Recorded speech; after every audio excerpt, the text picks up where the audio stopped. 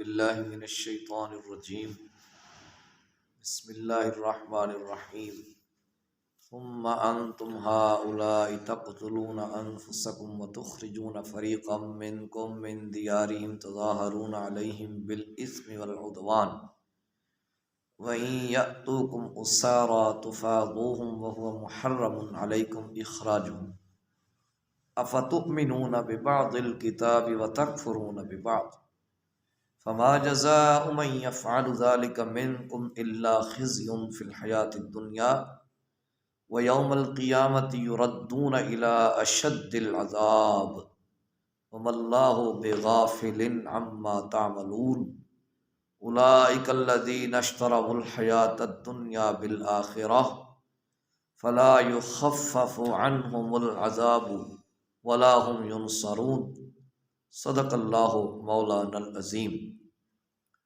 حضرات ذی وقار، اللہ کے فضل، رسول اللہ صلی اللہ علیہ وسلم کی نظر رحمت کے ساتھ ایک بار پھر درس قرآن مقدس کے لیے حاضر ہیں۔ آیت نمبر 85 اور 86 ان پر گفتگو کرنے کی کوشش کرتے ہیں۔ اللہ رب العزت نے ارشاد فرمایا، پھر تم نے ایک دوسرے کو قتل کیا اور تم میں سے بعض لوگوں نے لوگوں کو گھروں سے نکالا اور تم گناہ کے سلسلہ میں اور زیادتی کے سلسلہ میں ان کی مدد کرتے ہو، اور جب تم پر کوئی تمہارے پاس قیدی بن کے آ جائے تو اسے فدیہ دے کے چھڑوا دیتے ہو، حالانکہ ان کو گھروں سے نکالنا تم پر حرام قرار دے دیا گیا۔ کیا کتاب کے بعض حصے کو تم مانتے ہو اور بعض کا انکار کرتے ہو؟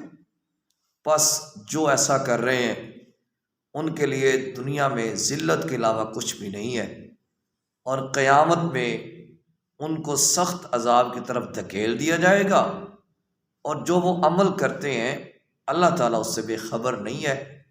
یہی لوگ ہیں جنہوں نے دنیا کے بدلے آخرت کے بدلے دنیا کو خریدا، آخرت کو برباد کیا، دنیا کو خریدا۔ پھر کہتے ہیں جناب ہمارے عذاب میں تخفیف ہوگی، ان پہ عذاب کی کوئی تخفیف نہیں ہوگی اور نہ ہی ان کی مدد کی جائے گی۔ بنی اسرائیل کا عہد توڑنا۔ پچھلی آیا پاک میں 3 چیزوں سے منع کیا گیا تھا کہ تم نے قتل و غارت نہیں کرنی، اور خانہ جنگی نہیں کرنی، اور لوگوں کو گھروں سے نہیں نکالنا۔ اب اس آیا پاک میں اس کی وضاحت کی جا رہی ہے کہ انہوں نے پہلے 2 حکموں کو نہیں مانا، یعنی قتل کرنے سے بھی باز نہ آئے اور لوگوں کو گھروں سے نکالنے سے بھی باز نہ آئے۔ جب کوئی قیدی آ جاتا تو اس کو چھڑوانے کی کوشش کرتے۔ اصل میں تفصیل کچھ یوں ہے، مدینہ شریف کے ساتھ 4 قبیلے تھے یہودیوں کے، بنو قریظہ اور بنو اوس، بنو نذیر اور بنو خزرج۔ بنو قریظہ جو ہے نا، یہ وہاں پہ بنو قریظہ اس کی جو دوستی تھی یہ اوس کے ساتھ ہو گئی، اور بنو نذیر کی دوستی خزرج کے ساتھ ہو گئی۔ ایک دوسرے کے حلیف بن گئے اور ایک دوسرے کے ساتھ قسمیہ عہد کر لیے کہ جو بھی دوسرے پر حملہ کرے گا، دوسرا گروہ، دوسرا قبیلہ اس کا دفاع کرے گا، پورا ان کو ذلت و رسوائی سے بچائے گا۔ اب جو بنو قریظہ اور بنو نذیر تھے، ان کی آپس میں پرانی دشمنی چل رہی تھی، ان کے درمیان جنگ چھڑ گئی۔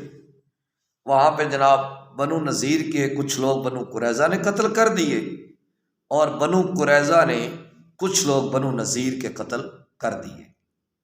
اب ہوا کیا، جب یہ سلسلہ چلا تو کچھ لوگ ان دونوں قبیلوں کے قیدی ہو کے آ گئے۔ اب جب قیدی ہو کے آئے تو ان کا فدیہ دے کے ان کو چھڑوانے لگے، اور جب وہی قیدی سامنے آ جاتا تو اس کو قتل کروا دیتے۔ اب ان کے ہی کچھ لوگوں نے سوال کیا کہ یہ تم کیا کرتے ہو؟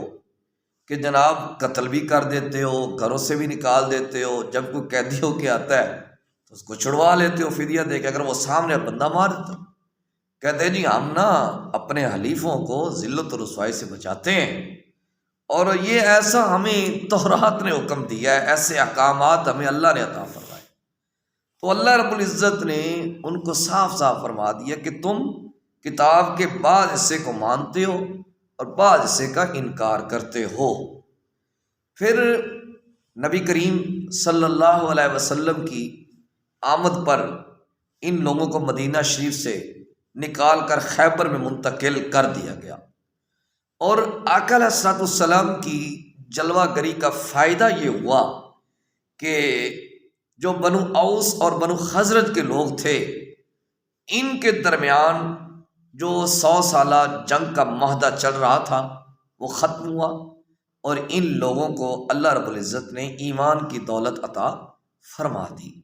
بنو قریظہ اور بنو نذیر اسی طرح ہی رہ گئے، اور ان لوگوں کو خیبر میں منتقل کر دیا گیا۔ جب سیدنا فاروق اعظم رضی اللہ تعالی عنہ کا زمانہ آیا تو پھر ان کو خیبر سے بھی نکال دیا گیا، ان لوگوں سے خیبر بھی لے لیا گیا۔ اب یہ جو ایسا کر رہے ہیں نا، یہ اپنے لیے دنیا میں بھی ذلت خرید رہے ہیں، اور آخرت میں ذلت ہے ہی صحیح۔ اچھا، اتنا کچھ کرنے کے بعد کہتے ہیں کہ جناب ہمیں تو نا قیامت کے دن بس تھوڑا سا عذاب دیا جائے گا جہنم میں، تھوڑی دیر ہم نے جہنم میں رہنا ہے، اور ہمارے عذاب میں بالکل تخفیف ہوگی، ہمیں ہلکا عذاب دیا جائے گا۔ تو اللہ رب العزت نے ان کے اس نظریے کی تردید فرما دی، فرمایا نہ تو ان کے عذاب کی تخفیف ہوگی، نہ ہی ان کی مدد کی جائے گی۔ یہاں پہ یہ مسئلہ ذہن میں رہے کہ اگر کسی کے عذاب میں تخفیف نہیں ہونی یا کسی کی مدد نہیں ہونی تو یہ یہودیوں کے سلسلہ میں آیات ہے، ایسا نہیں ہے کہ مسلمانوں کی مدد نہیں ہونی، یا ایسا نہیں ہے کہ انبیاء کچھ نہیں کر سکتے، یا معاذ اللہ امام الانبیاء کچھ نہیں کر سکتے۔ امام الانبیاء تو سفارش فرمائیں گے، اور دیگر انبیاء بھی سفارش فرمائیں گے، علماء بھی سفارش فرمائیں گے، صلحاء بھی سفارش فرمائیں گے، شہداء بھی سفارش فرمائیں گے، حفاظ بھی جو حفاظ ہیں یہ بھی سفارش کریں گے۔ تو ان آیات میں جو ہمیں پتہ چلا ہے، ہمارے لیے جو بات ہے، ہم بھی کچھ ایسے کام کرتے ہیں کہ بعض احکامات جو میرے اور آپ کے مطلب کے ہوتے ہیں ان کو ہم لے لیتے ہیں، جو ہماری سمجھ میں نہیں آتے وہ چھوڑیں جی اس کا کیا کرنا ہے، یہ تو سمجھ میں نہیں آتا، تو ایسی باتیں بالکل نہیں کرنی چاہیے۔ اللہ رب العزت مجھے اور آپ کو نور قرآن نصیب فرمائے، وصلی اللہ تعالی علی حبیب محمد وعلی آلہ وصحبہ اجمعین برحمتک یا ارحم الراحمین۔